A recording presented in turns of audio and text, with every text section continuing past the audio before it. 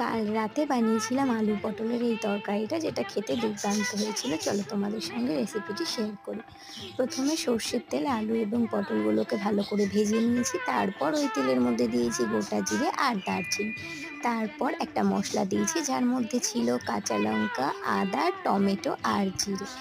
এরপর একটা কাপে জিরের গুঁড়ো, লঙ্কার গুঁড়ো, হলুদ গুঁড়ো এবং লবণ আর ধনে গুঁড়ো সমস্ত কিছু মিলিয়ে ওই মশলাটার মধ্যে দিয়ে আবারও ভালো করে কষিয়ে নিয়ে দিয়ে দিতে হবে আগে থেকে ভেজে রাখা আলু এবং পটল। তারপর আবারও মশলা কষিয়ে নিয়ে দিয়ে দেবো জল। এরপর জলটা ভালো করে ফুটতে দিতে হবে। তোমরা যেরকম চাও সেরকমভাবে ফুটাতে পারো। আমি এটা চেয়েছিলাম একটু রসা রসা হবে। সেই জন্য যখন ঝোলটা শুকিয়ে এসছে তখন তাতে দিয়ে দিয়েছি ঘি, গরম মশলা আর চিনি।